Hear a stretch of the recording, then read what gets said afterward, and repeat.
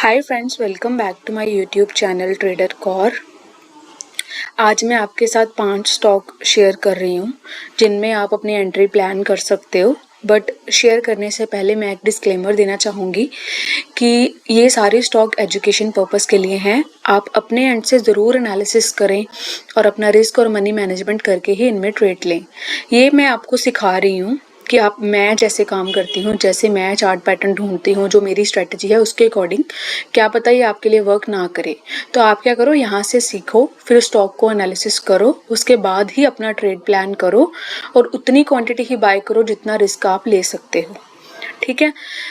तो सबसे पहला स्टॉक है महिंद्रा एंड महिंद्रा का। तो ये डेली स्टॉक है, तो आप क्या कर सकते हो, नेक्स्ट वीक में अपनी एंट्री प्लान कर सकते हो और उसके हिसाब से रिस्क रिवॉर्ड भी आप रख सकते हो।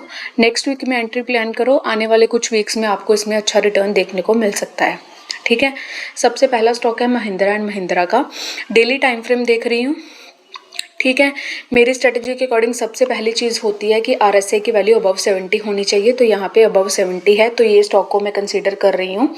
बहुत सारे स्टॉक होते हैं जिनमें अबव 70 होगा, बट मेरे चार्ट पैटर्न्स नहीं बनते, तो मैं उनमें एंट्री नहीं लेती। तो यहाँ पे मेरा जो RSI है 74 है, अबव 70 है, तो मैं अपना देख सकती हूँ स्टॉक को अगर कोई चार्ट पैटर्न बन रहा है।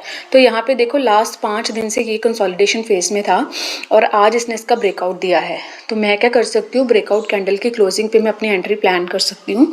क्लोजिंग हुई है 1972.95 पे, तो 1973 पे मैं अपनी एंट्री प्लान कर सकती हूँ। टारगेट मैं रखूँगी 5 to 6% का और मैं ट्रेल करती जाऊँगी 5 to 6%। जैसे ही ये मुझे देने लगेगा तब उसके बाद मैं ट्रेल करूँगी फॉर 10% और ट्रेल करते मैं अपनी पोजीशन एग्जिट कर दूँगी।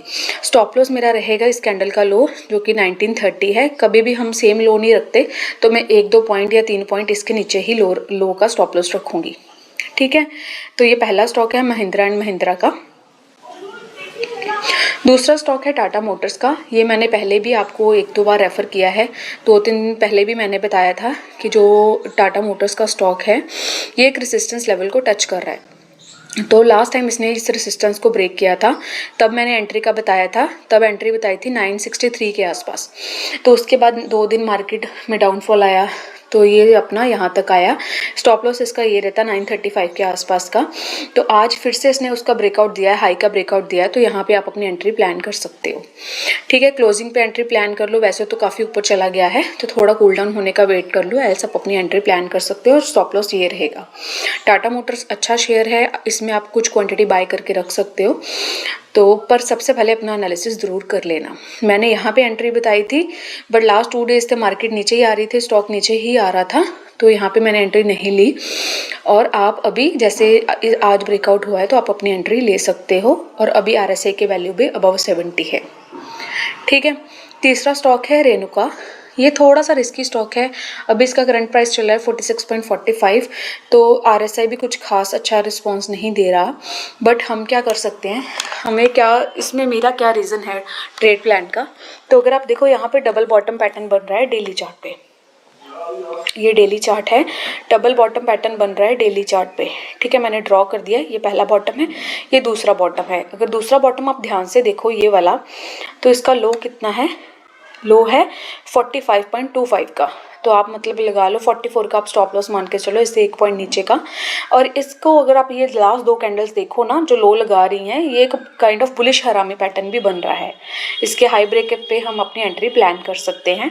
तो ये थोड़ा सा रिस्की स्टॉक है, अगर आप लेना चाहते हो आप ले सकते हो रिस्क रिवॉर्ड मैनेज करके। पहला टारगेट आप इसको भी रख सकते हो, आई वुड से 5 to 6% का टारगेट रखो, सबसे बेस्ट वही रहता है। ठीक है।